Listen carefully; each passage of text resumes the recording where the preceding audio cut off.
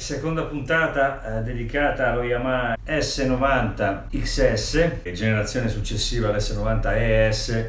Vi metto il link per una delle due recensioni, uno dei due video che ho fatto con l'S90, una tastiera della quale sono stato innamorato, soprattutto del suono di pianoforte. Ma questo argomento l'abbiamo già sviscerato nella puntata precedente. Questa invece è una puntata dedicata a sintetizzatori e dintorni, diciamo. Come avete visto, ho fatto questa tamarrata galattica di cambiare suono, mentre è una cosa mi prenderete in giro sicuramente, ma in realtà credo fosse utile per capire più o meno qual era.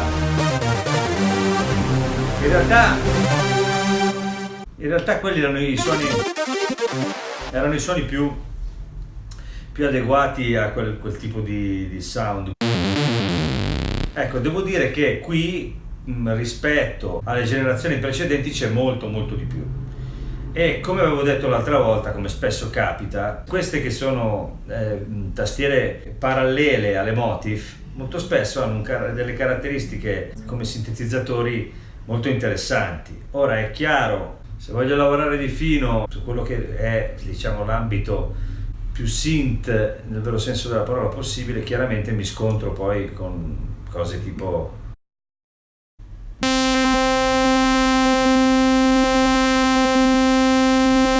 quando si usano certi parametri, però diciamo che una volta trovato il suono si può lavorare molto bene.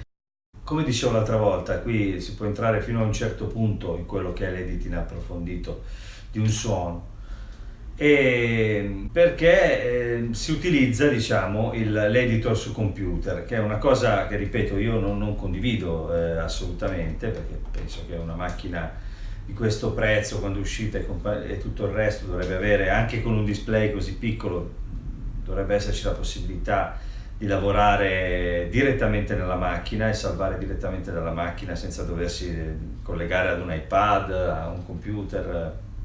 È una cosa che non condivido. Comunque vabbè, insomma, tornando al... Come tutte queste tastiere, diciamo che togliendo gli effetti si arriva un po' al crudo.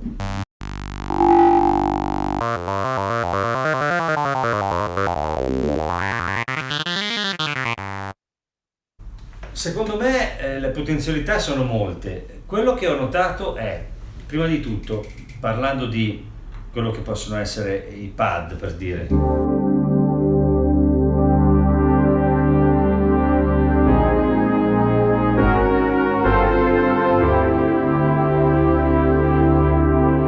tutto questo mondo Yamaha è bellissimo.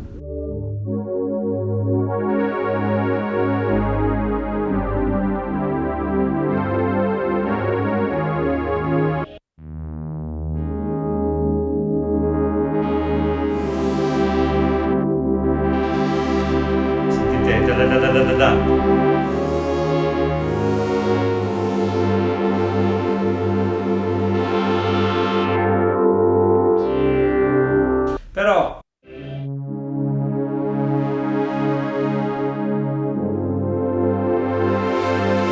e di questi ce ne sono veramente un'infinità, morbidi, più aperti. Allora, la cosa che si nota subito è che è quello che dicevo anche nella scorsa puntata, diciamo, chiamiamola così, è il fatto che si senta questa compattezza in mezzo, che però, diciamo che reduci dalla serie ES, che aveva questa larghezza, questa profondità di campo, diciamo, per parlare con termini cinematografici, qui è tutto più compatto e più deciso. Ora, non vuol dire che questa cosa sia negativa, perché per esempio nella registrazione che ho fatto ho notato un certo fuoco nelle registrazioni. Ora che la registrazione è una cosa, il live è un'altra, però è anche vero che ormai per certi live si lavora in cuffia, si registra il live, poi insomma il fonico fuori può trovare il modo di fare il resto. Ora, questi sono suoni, io ho tolto gli effetti perché stavo facendo un esperimento. poi alla fine avevo fatto bene.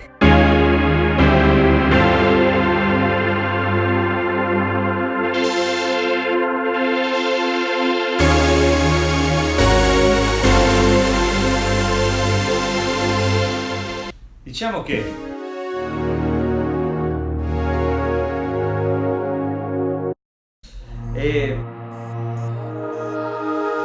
io adesso sto ascoltando esclusivamente le voice, perché se metto le performance, qualsiasi cosa io faccio, parte batteria e tutta la banda. Però non mi interessa, insomma, volevo farvi sentire come suona in generale. Sono tutti belli questi.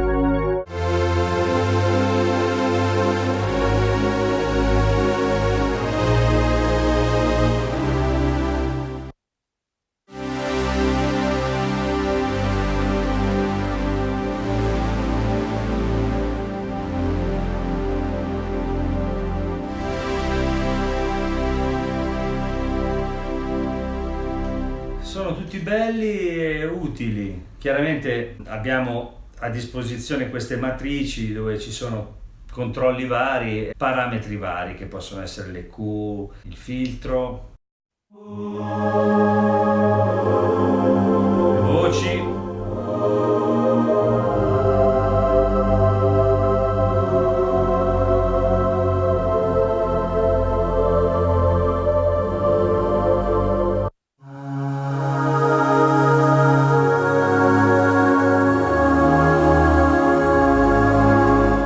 Diciamo che per tutto quello che riguarda i synth veramente c'è un grosso passo avanti.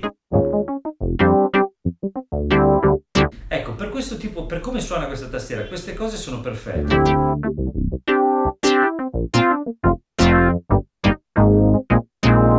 E questa gommosità, io cerco sempre, dico sempre queste parole assurde, probabilmente sembra un po' matto, ma in realtà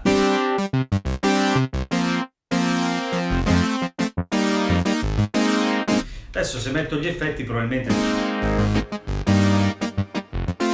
però a me piace sentire i suoni crudi.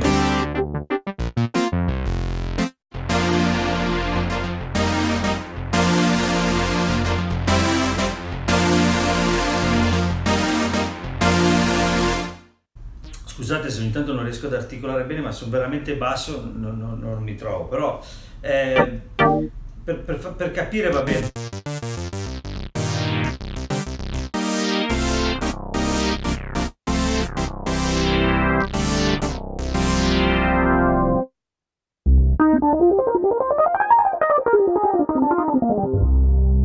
Questi sono tutti molto belli.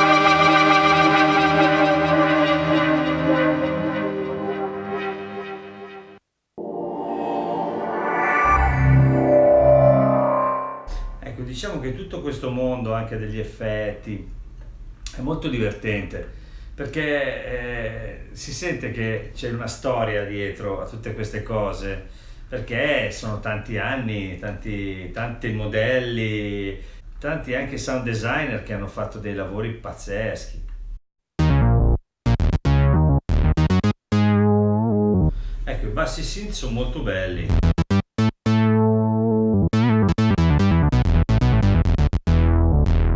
Perché quella gommosità di cui vi parlavo registrata è molto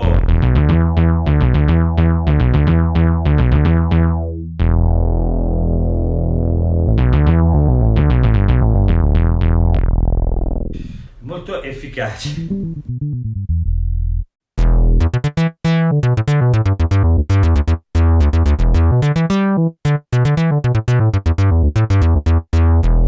Sono veramente tante le patch. E poi si arriva agli archi.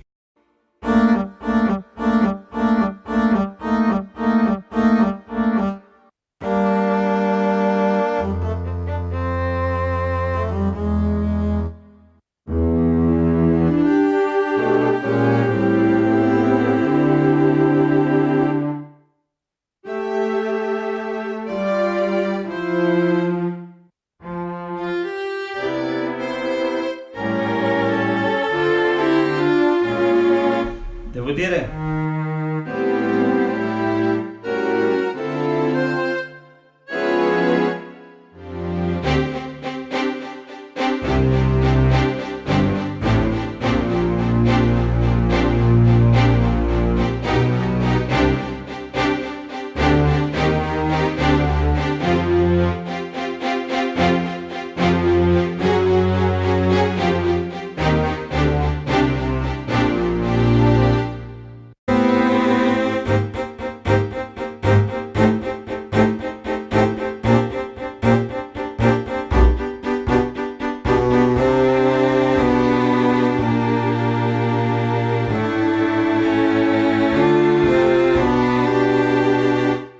belli.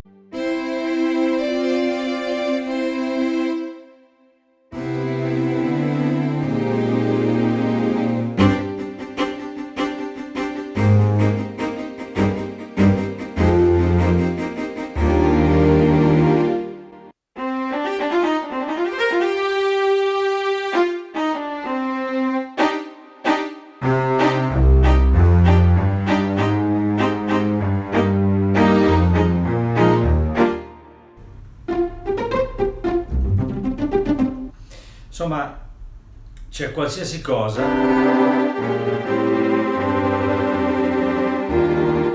e quindi adesso è inutile, ci sarebbero da provarne 7000, perché sono realmente 7000, nel senso che ce ne sono tantissimi. C'è veramente di tutto, è tutto di estrema qualità dal punto di vista che si sente la qualità del lavoro fatto, ecco. Chiaramente